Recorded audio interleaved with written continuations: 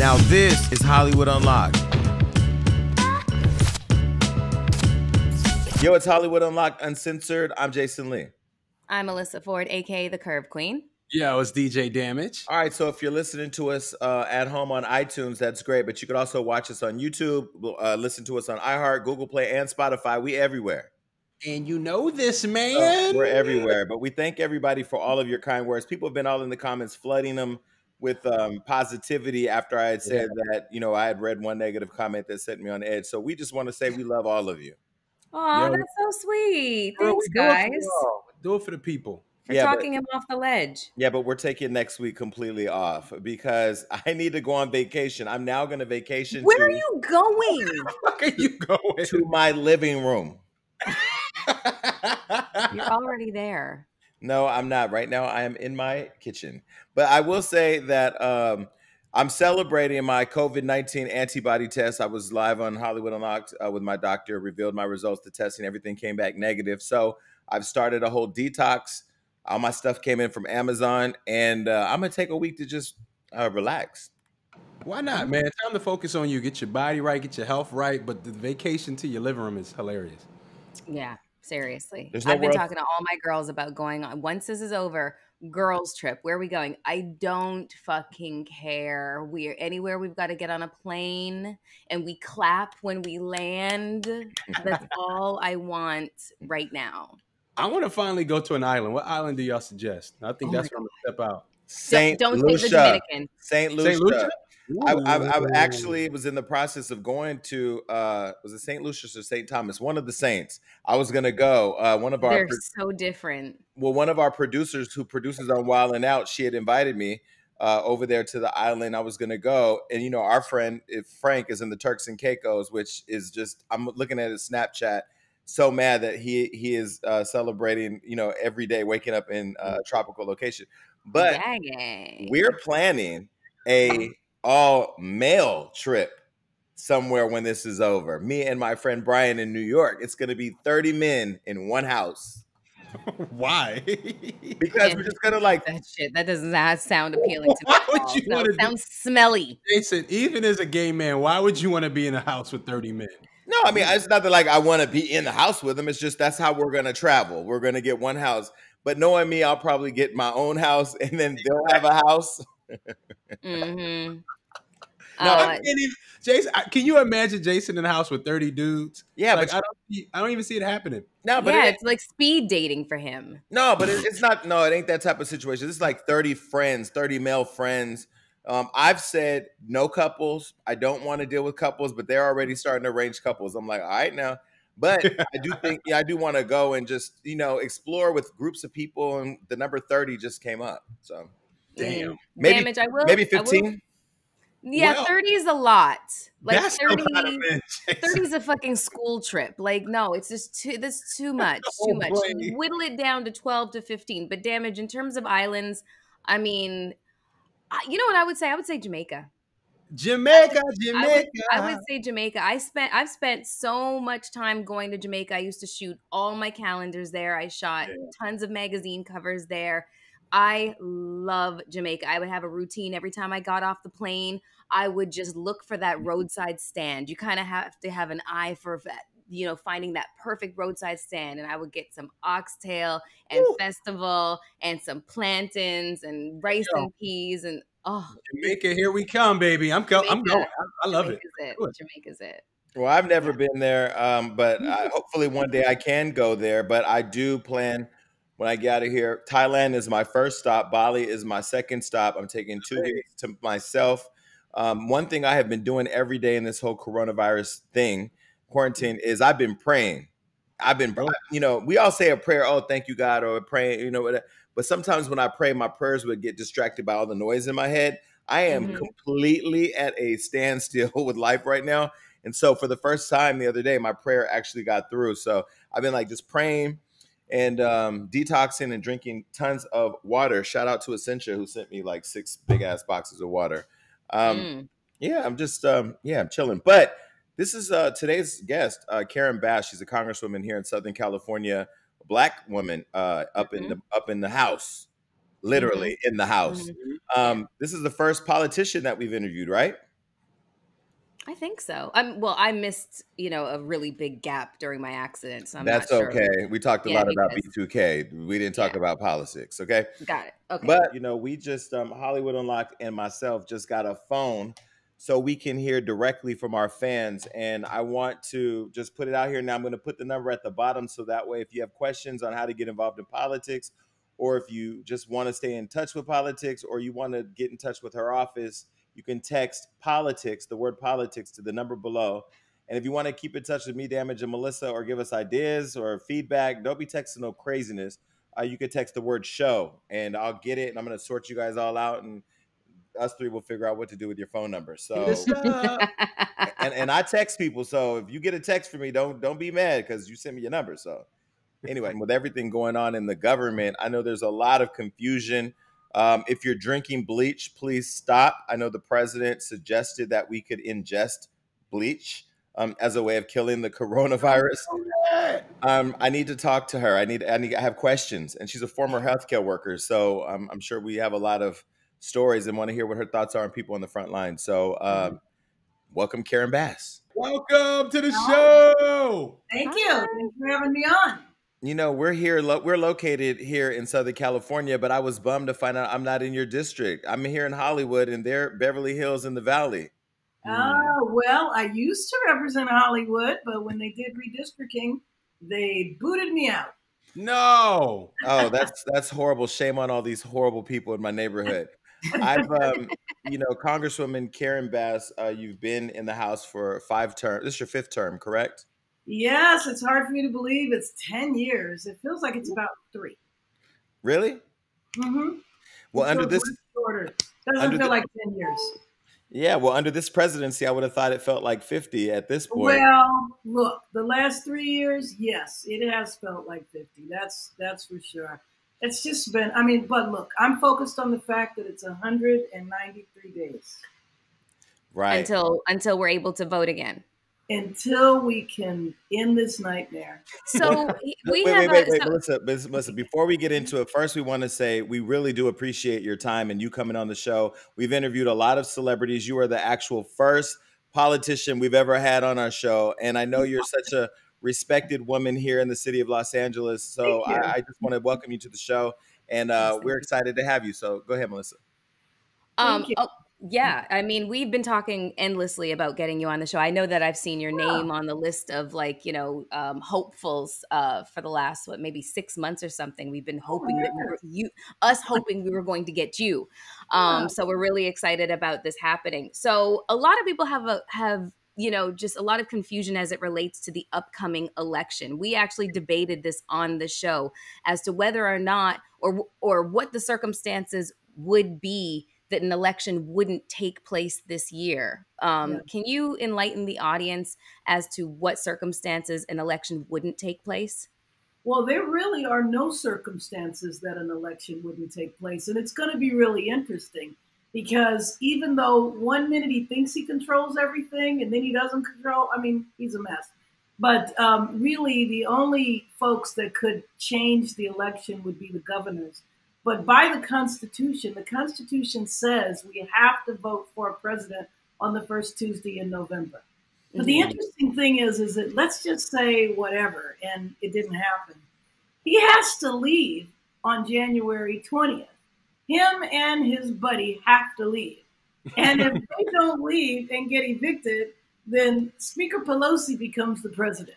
And let me just tell you something. I have been praying. Let me tell you, before you got on, I was saying to them that, when coronavirus wasn't here, I was so distracted by life that my prayers didn't always connect to heaven. I felt like I was distracted by the noise in my head, but I prayed. I said, Lord, if whatever reason there's a problem, let Pelosi step in and take control, because I really feel like this is the most craziest experience I have ever had in my life. At this point, I'm watching the news conferences and I'm just amazed at how you all did a great job to impeach him, but somehow we still now have to look at this person every day leading us through this pandemic. Well, he's taught us a few things that are pretty scary. Please enlighten us. He has shown us that we have some serious weaknesses in our democracy that we didn't really know about. So, but our democracy was always based on two things. One, that the person in office was mentally stable. Yeah. And number two, that they weren't just an outright criminal. So the thing is that he doesn't believe that the rule of law applies to him at all. Our only remedy is impeachment. And if that doesn't work, then we're stuck. And we've never really experienced that before in 250 years that this country has been in existence. But this is what, so that part's a little scary. But this is what's frustrating to me. I mean, the House has done its job. I think we're all learning a lot more about government than we did before, because we see where, like you said, this example, it can be broken or it cannot fully function. And we understand the balance of government. But this is the first time that I've seen a situation where, okay, the train is off the tracks, the House is doing their job, but we know no matter how much you do your job, you still have to have the Senate to come and do their job. And it's Republican controlled. And it's Republican controlled. But were you surprised at how, the other side of the aisle kind of just stood firm on, we're not going to lose our candidate or our president because we're just going to stand behind our guy? Like party loyalty. No, I wasn't, because the Republican Party has been taken over by an extremist element. And the extremist element is pretty cultish. So you essentially have the president as a cult leader, and you have the Republicans who know better. And trust me, when we're walking around the Capitol and there's no cameras around, they are very embarrassed by his tweets. They know better, but they have essentially decided a couple of things. We don't care what he does, so long as he protects the riches of the rich, and a number of my colleagues are quite wealthy, so long as they can get their tax cuts, and so long as they can get their judges. And so here's why the election is so important.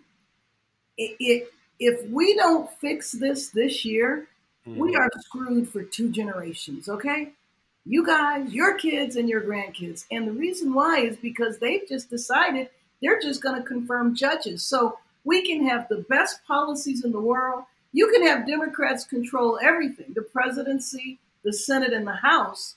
But if they control the courts, whatever we do in Congress, they can just sue. Whatever happens in a city council, whatever happens in a state legislature, and they are deliberately appointing 40-year-olds who have the potential to be there for 40 years and are extremely conservative. And some of them are so unqualified. You probably saw that one guy when he was in his confirmation hearing. Now, I'm not a lawyer, but apparently what my lawyer friends told me is that the questions he was asked that he couldn't answer, he wouldn't have passed his first year in law school. So I don't know how he made it through law school. Maybe he had a rich daddy that just endowed some chairs or something. I don't know. But what they are doing and what their strategy is so serious. And that's why we can't fool around. I understand people might not be in love with our nominee, but I don't know why we got it in our head that we were supposed to be in love with somebody. I don't really know that. Yeah. That's a foreign concept to me. I mean, like it seems like when it comes to the voting process, for a long time it has been what is the lesser of two evils. And I just wish that people would understand that you've got to make a choice. By not voting, you are making a choice, and you're making a choice for what is currently happening. And voting is one part of being involved in the political process. It's not just the vote that matters. That matters, but it's getting educated on the person you're voting for, the issues you're voting for, and not just the president. Like the people you elect in your states and in your counties, or your states. Government. Your states, like Congresswoman Bass, you're in the House, so you're a big part of the 3 branches of our government. So like getting involved in that process and active, why are people so disconnected from their participation and the importance of it in the political process, you think? Well, first of all, I love everything you just said. That is absolutely right. We're kind of interesting in our country because overall, our culture, our American culture, is pretty apolitical.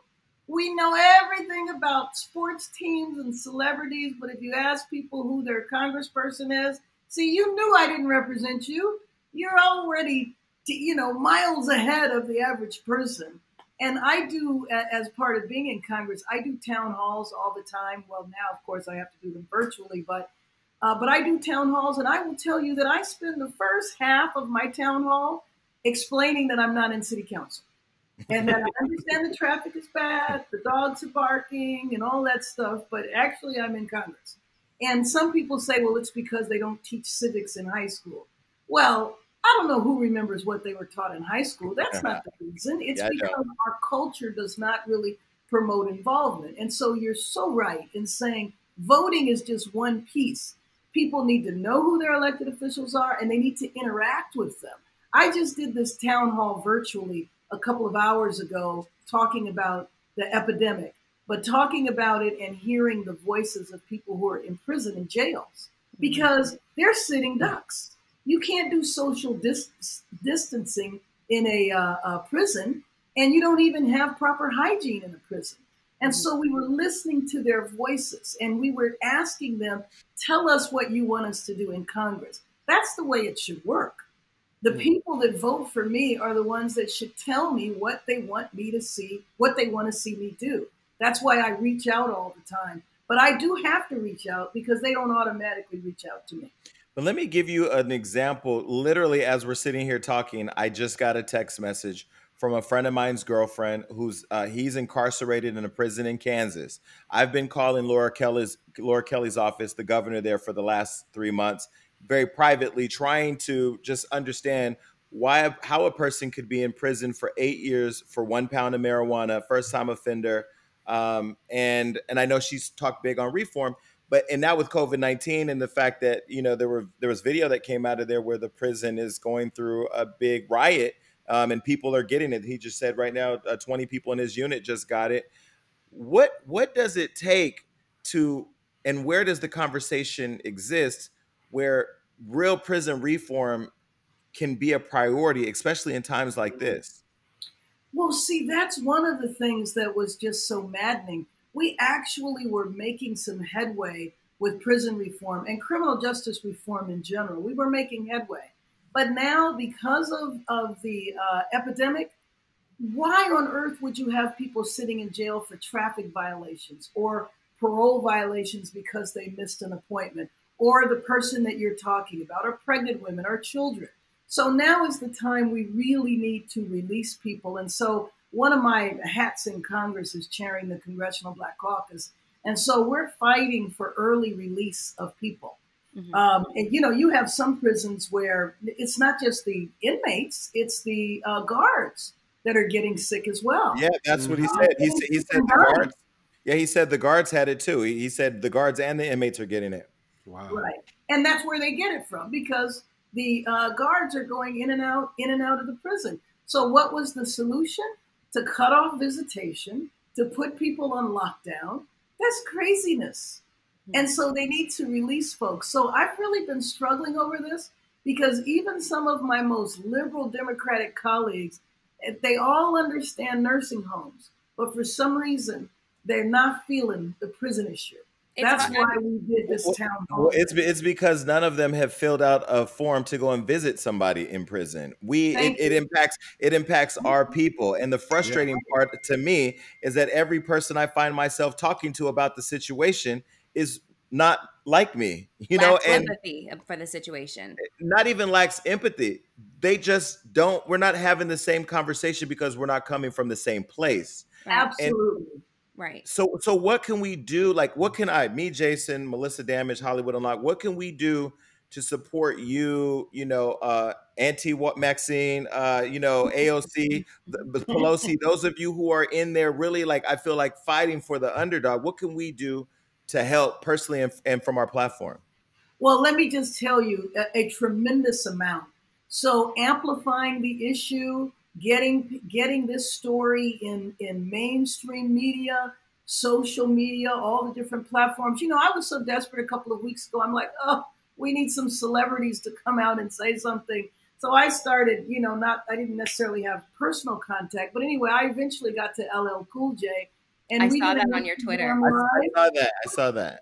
And, you know, and I was reaching out because we have to have voices. And to the extent that you can raise this on your platform, or maybe some of the celebrities that you've interviewed, because the way Congress works, Congress can take 10 years to work or 10 minutes. And it's all based on public pressure and based on, you know, what is happening. And so when the outrage happens over the number of deaths and infections with people who are incarcerated, the Congress will move immediately. So my concern right now is that we passed this bill yesterday, right? It was a stopgap measure. We're in the middle now of working on another bill. And so if the profile, if the awareness can be raised about this issue right now, it will really help us get legislation in the next bill for early release. Now, BOP, Bureau of Prisons, is supposed to be doing early release. We got a little bit in the bill we did before, but it takes the public pressure to say, this is crazy. Congresswoman Bass, I will tell you right here, if you let me work with you, I will get the people. I got the people. They all right here in my phone. I will get the people. Never lied. I will get the people, and I will work with you on, I mean, we could talk offline, but I will get the people. I just don't have, like, I had a call with Van Jones's office from Reform. You know, we're talking about a coalition, Tamika Mallory, but we don't have the political, the where to really get in there. And I mean, I understand, you know, I used to work at a union. I was a director of SEIU here in California for many years. Cool. So I understand the pressure and the rallying and the lobbying.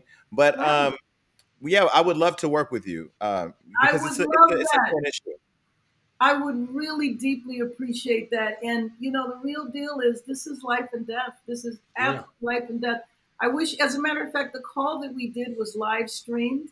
And I think that means that you can go back and see it, and it'll be on the Congressional Black Caucus webpage.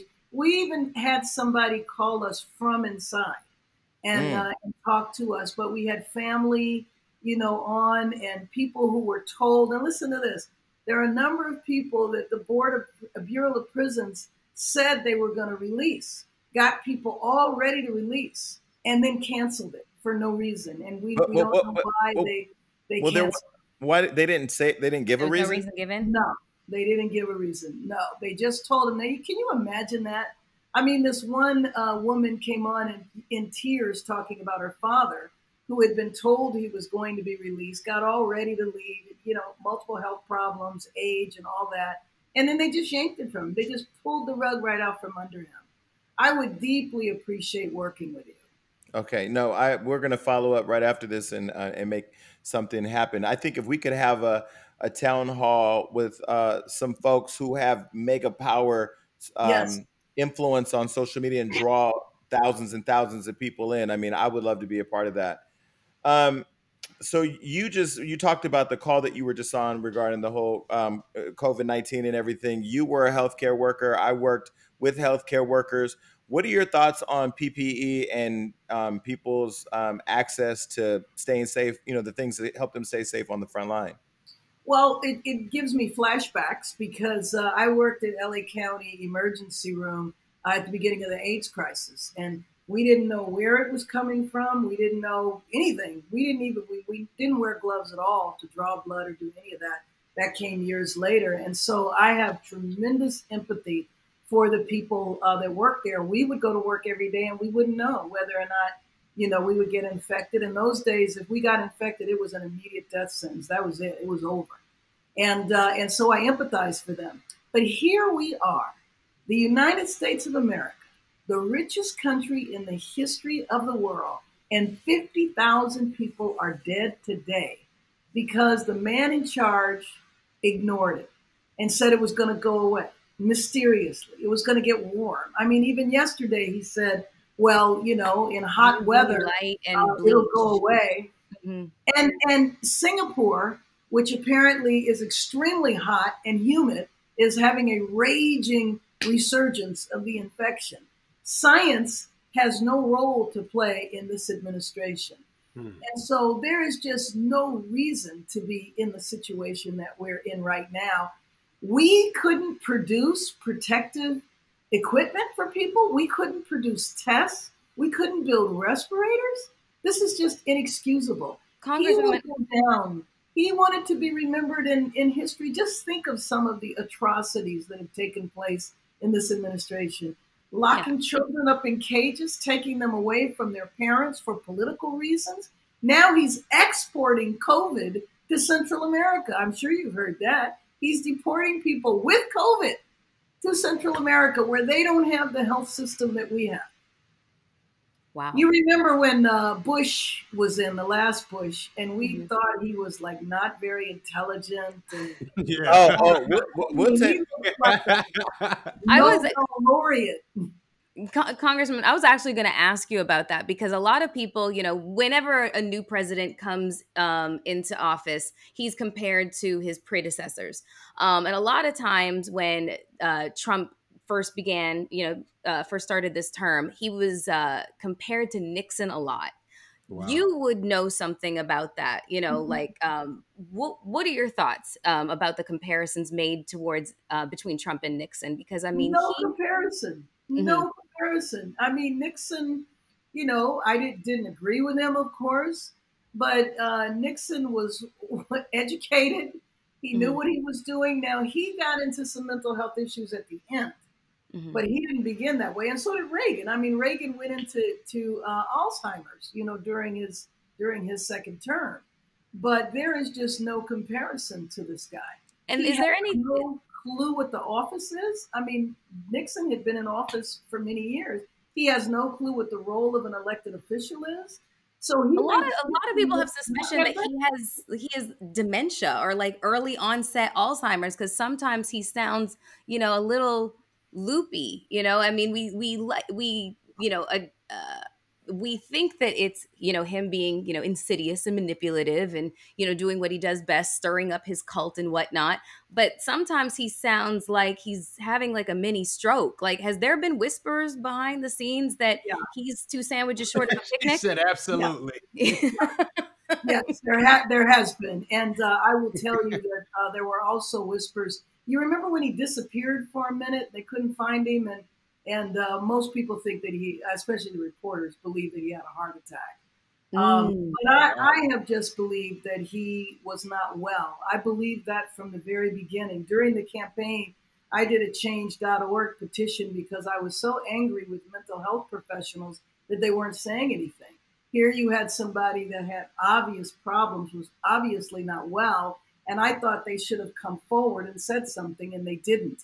And then I was pissed because after he was elected, then they all started calling my office, trying to tell me that I needed to tell Obama not to let him be president. And I'm like, well, what do you think Obama is supposed to do? Where were you at? Why didn't you speak out and say you can't elect this man? He's a danger. And now we know that he's not just a clear and present danger to our country. He's a clear and present danger to the planet. Yeah, and I'm glad you said the planet, because what people don't realize is that everything that happens in our country affects the world, right? We're the most powerful country in the world. And I think the thing that I would say that I think distracts people is like this conversation about Trump, and less about the issues and connecting them directly to the people that are dying. Those are your family members. I'll give you one example. My cousin's son committed suicide during this pandemic. They weren't able to bury him because you can't have a funeral. So now when the whole family is talking about not being able to bury him, I'm like, and let me tell you why. The White House, how they're handling this pandemic is the reason why you all had to cremate him, and now his whole life we weren't able to mourn together. And so it's one of those things where I wish people would just understand that, it's bigger than Trump. If Trump doesn't make it in, or if he does make it in another term, which God forbid, I wouldn't even know what to do. The issues just get worse. And do you think, though, as a Democrat, what is your criticism of what maybe the Democratic Party hasn't done well in educating people on, whatever? Oh, don't let me get started there. my first problem is that I think that the Democratic Party begins way too late. And so actually, right after Trump got elected in January of 2017, when I was having, my normal town halls and everybody was freaked out about Trump. What the party typically does is about 3 months before the election, everybody gets revved up. I felt like that this was going to be such a awful experience with him that we needed to begin right away, because I was fearful of two things. I was fearful that people would normalize his behavior. Now, I believe that's happened. Yes, the I second agree. thing was I was afraid that people would just shut down and turn off. Fortunately, that has not happened. We have won, and I somebody needs to do this, needs to make a list of all of the elections that have been won, because people focus on Congress, and obviously I'm excited about the fact that we won the House, but we have been winning everything since he's been elected. People have been running for everything. After the Women's March, you don't see people marching as much, which I frankly think is a good thing. Marching makes you feel good, but it doesn't necessarily bring out change. What people did, though, was that everybody started running for everything. The election that I really liked in 2018, you remember when that woman was riding her bike? And she gave the finger to the entourage. Yeah. She got fired from her job. Mm-hmm. And then she turned around and ran for office and won. Mm-hmm. And she's a county supervisor, and in her district is his golf course. Now that's just sweet justice. But I remember when, before the impeachment thing became a highly publicized process on the news, Maxine Waters was calling from his impeachment out the gate. I mean, she said this president is a threat. This president. Why do you? I think people didn't listen to her because she's Black. I think because she's Black and she talks like the people she represents, and she relates to a demographic that's the most underutilized, but the most impacted in our country. I think they dismissed her because of that fact. But why do you think people didn't listen early on to people like her or you or others that were saying, "Hey, sounding the alarm"? Sounding the alarm. I think there's a percentage of folks that wanted to see if he would change. And you remember that. People, well, he's going to moderate, he's going to, learn the job, whatever. There were a percentage of people that did that. There was another percentage of people that just felt like there's nothing that we could do. And I viewed it as my job to grab that percentage and say, no. You don't have a right to be so confused that you don't know what to do. We have to get busy now. So what I did was I grabbed people and we started going to the Republican districts in Southern California. And, there were 5 of them, 5 seats, and that we needed to take those seats back. And so we started going out every weekend. We went out, either physically went out and knocked on doors or did phone calls, did phone banking every weekend from March of 2017 until November of 2018. And we're still going out because in LA, we have an election in a few days. We have an election May 12th, and it's going to be an all mail-in election. And we've never done that before. And that's for the seat in northern LA County that Katie Hill, you remember when she resigned? Well, now Christy Smith is running for her seat, and she's in a very tight race. The Republicans picked a very strong candidate. And so we're fighting right now. So the folks are on the phone. They're probably on the phone as I speak, calling to make sure that people know that they got their ballot. So even if you didn't sign up for an absentee ballot, you got your ballot anyway. And so we have to get people trained, that was a ballot. This is how you're voting this time. So we always have plenty to do. Now, Katie Hill, she was the House member who was a victim of revenge porn, right? Her ex-boyfriend had put out some stuff about her, and then resigned. Her husband, her ex-husband, right? And then had said that she had a relationship with a staffer. And I know Pelosi was encouraging her to stay, which I didn't understand why she needed to leave. She was the victim in it all. And we have a president who said he would grab women by the vagina and got elected. Why did she quit? I mean, I feel like we're talking about a really bad reality show. This just sounds crazy. We are. Unfortunately, it's our lives right now. It's our lives, and 50,000 people are dead. I just can't get over that. I mean, in his press conference today, he said, well, it's the minimal amount. And it's like, you're talking about 50,000 people. One of his problems that I believe is a symptom of not being well is that he does not have the capacity to have empathy. That part of his brain doesn't function.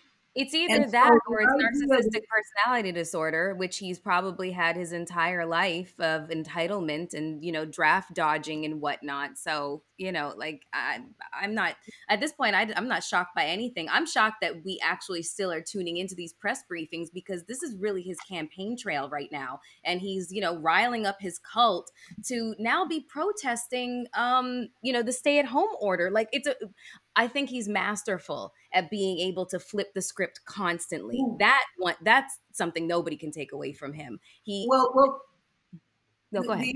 The other thing about him is that he lies pathologically, and so we haven't seen that before. But what has happened is that it's been contagious because now they just openly lie, and I mean you sit there in like utter amazement. And that I believe has become normalized. But then and this, I guess the crazy part about it all is that, I mean, you know, there's a lot of distrust people have for politicians in general because of whatever, whether there's their background, their community, their family, whatever.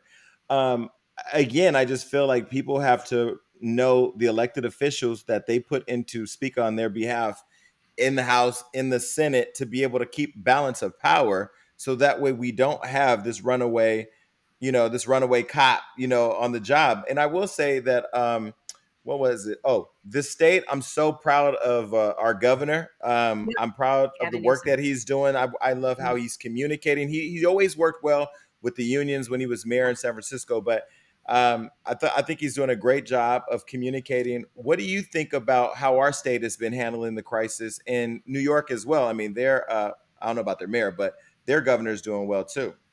Yeah, I call him President Cuomo. But no, I mean, I think, you know, California just absolutely shines. I mean, because we really should, by right, have a much worse situation than we do.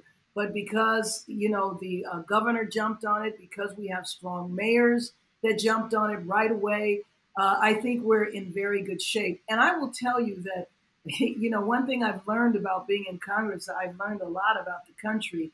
And, you know, they have so many names they call us, like the left coast and all that. Well, I understand why, because we are different in an awful lot of ways. I mean, so many progressive policies. And that goes back to what I was saying before. So can you imagine if he won again and if they won the House back and they were able to keep confirming these judges? All the progressive things that have happened in California could be reversed. Yeah. I don't even want to think about that. No, go ahead, speaking Damage. of those changes, I wanted to know, how do you feel about the reopening of Georgia? Well, I mean, you know, you have Georgia, South Dakota, Texas, Mississippi. These people have no relationship to science. I think their ancestors promoted a flat earth or something. I mean, they just have no relationship, no connection to science. And the idea that they would just outright reject what scientists say. I was listening to someone, and by the way, to me, there is the synergy between these elected officials, the president, and Fox News. And they all work in sync. I was listening to a person on Fox today said, well, if you let scientists run things, they would make us stay at home and jump rope and eat vegetables all the time. They don't think about this. It's like, you know, or you see the people in the rallies. They're not wearing masks. They're not protecting themselves. Some of those people are going to get sick because they have rejected science. You have these governors, especially like Kemp and also the governor in Florida. A number of these governors I know because they were in the House and they ran for governor, but they are Trump devotees. They're a part of his cult.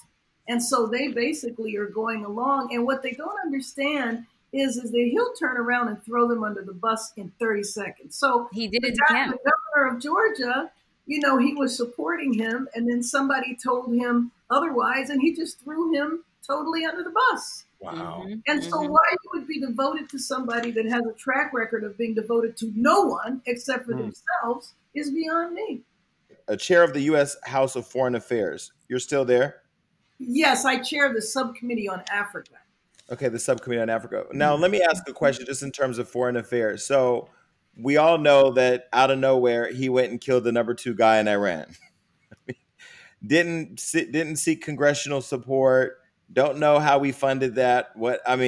I didn't see anything happen to him for that. And then in the midst of this pandemic, he's sending well wishes to Kim Jong-un over in North Korea. Where does somebody step in and say, this is not how we work as a country, as a government? Is there no way, unless, the folks in the Senate, is there just no way to hold him accountable? No, he has shown us that there's no way. That goes back to that loophole in our democracy that we never experienced before. And I can tell you, because I do spend a lot of time outside of the country, primarily in Africa, but other places as well. And people around the world are like, what happened to you guys? Is this all because you elected that black guy? I mean, you guys have like lost your minds ever since. We have no moral authority in the world. And let me talk about COVID. Let me talk about the pandemic for a minute. Do you remember Ebola? Yes. Ebola was supposed to be a pandemic that never happened. Why didn't it happen? Because President Obama went on the international stage and galvanized and mobilized the world. He got all of the world leaders together and they said, this virus that is far more deadly than COVID is in Africa. Let's stamp it out in Africa. It never became a pandemic. 2 people died in the United States. The World Health Organization predicted 1 million people were going to die. Now, 1 is too many. 11,000 people died in what could have been a pandemic. This guy has no standing in the world. You know, they laugh at him. They think he's a joke. They all know how to deal with him. All you have to do is just, put on a parade. And ambassadors come and talk to me. I mean, the French ambassador came over because he was really worried that we were going to pull out of Africa. And we were joking about how his president, Macron, he knew Trump's number. He just put on a big parade. When he went to Saudi Arabia, they did all that stuff and so they know that he is so easy to manipulate. And so we have no standing in the world. And when we have a new president, which I certainly hope it has to be, it just has to be. Biden was a part of all of that with Ebola. He's known around the world. He has respect. Do you remember the day that Obama was elected? Do you remember the international response? Yes. I mean, it was like January 1, where you see all of the fireworks that happen. That's how people greeted Obama's presidency. Well, the world looks at us and says, what happened to you guys? Yeah, they definitely do. When Obama was elected, you felt the shift in the world. You felt I remember, as a person who's a part of the LGBT community, I remember when, they passed legislation to release the ban on gay marriage, and then the White House was rainbow. I said, oh, somebody better be protecting Obama, because it's about to get real now. But he felt like everybody's president. I know that he took a lot of criticism for not doing enough for the black community, specifically around the killings of young black men from police and stuff like that. And that's another complicated issue. But do you think the world is ready for a black female vice president? And is it by chance you? Because Biden's been holding his cards close to the vest. So we're wondering, are we talking to possibly the next VP of the United States? Well, if we are, I want to come to the party. So just don't forgive me. We're inviting ourselves. Well, you would be more than welcome, but I don't think so. But yes, I absolutely think America is ready for that. I absolutely do. And there's certainly a number of choices, most notably our very own. But our very own senator. But I do think that there are a number of choices that he could pick from around the country, people who have made outstanding contributions. And I am just hoping that, the folks that watch Fox, and that's the sad thing because it is the #1 network, that because of what is happening with this virus, that they are able to separate themselves. I mean, if the election were held today, Biden would win hands down. But in politics, between 190 for 3 or 4 days, that's a lifetime. Mm-hmm. And but I do believe, though, that this situation that we're in now is so profound to have the combination of a public health emergency and an economic catastrophe, that if COVID were to go away tomorrow, we still have 22 million people who filed for unemployment in just the last month. Many of those people, if the virus ended tomorrow, might not have a job to go back to because the job didn't survive. The small business didn't make it. And so I believe that we're going to be in this crisis for a very long time. I just hope that people understand who is responsible for this. You remember, he went out right when it started. He went to his rallies and he said this was all a conspiracy with the Democrats. Right? Yeah, I remember. And hey, when I was on the floor yesterday listening to the debates, I heard my Republican colleagues saying that the Democrats want the economy to crash so that they can hurt Trump. As though, again, 50,000 people are dead today. Wow. So let me ask you now, and I know you got to get ready to go, but with Barack Obama, I've never had the pleasure of meeting the Obamas. I will at one point because I manifest everything. I love both of them. What do you think about, and I mean, I know he's an organizer, and I know sometimes organizers move very quietly while they're organizing or providing support here and there resources. But what do you think about them being so silent? I mean, not completely silent, because Barack will say something here or there, or Michelle will come out here and there, but not being as active. Do you think it's appropriate because they're not in office, or do you think they could have done more? No. I think that he shouldn't have been active at all while we were going through the primary. But now that, it's settled as to who the nominee is, and Bernie has conceded, and not just conceded, but endorsed Biden, I think you will see the Obamas everywhere. I think you're not seeing them right now because of the pandemic. But I think the second this thing settles down, you will see both of them everywhere all the time. Yeah, if there's one thing that they've always shown is the fact that they are extremely classy and thoughtful, and just, completely cognizant of optics. They are exceptional at that. So because it's COVID, they're not doing much, but they're gonna throw their full weight behind. Well, I know when this first happened, the first thing I put on my Instagram is, "Where is Michelle and Barack?" That's all I want. This has been the most. It caused me so much anxiety that I had to have my doctor come and do an antibody test so I know where I stand. Congresswoman, he's a hypochondriac. Don't let him go down the litany of tests he has his doctor perform on him inside his I got house. Candles burning throughout my house. I am relaxing. But I just want to, before we leave, any last words you want to give to folks? And we're going to put a number, throughout the show where people can text us. And what we'll do is they'll text us. And then we will send them your office information on how they can support you.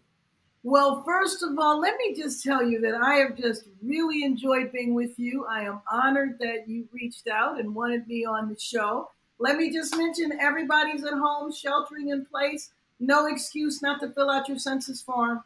You can do it online. You can do it on the phone. You can ask for it to be mailed to you. That is critically important. That's as important as the judges, because that's going to determine representation and also resources. But I would really like to work with you, because we got to get our folks out. We just cannot allow people to, I've wanted to see the prison population reduced, but not through death. And we will make it through this, but in 193 days, we have got to do our job and end this nightmare.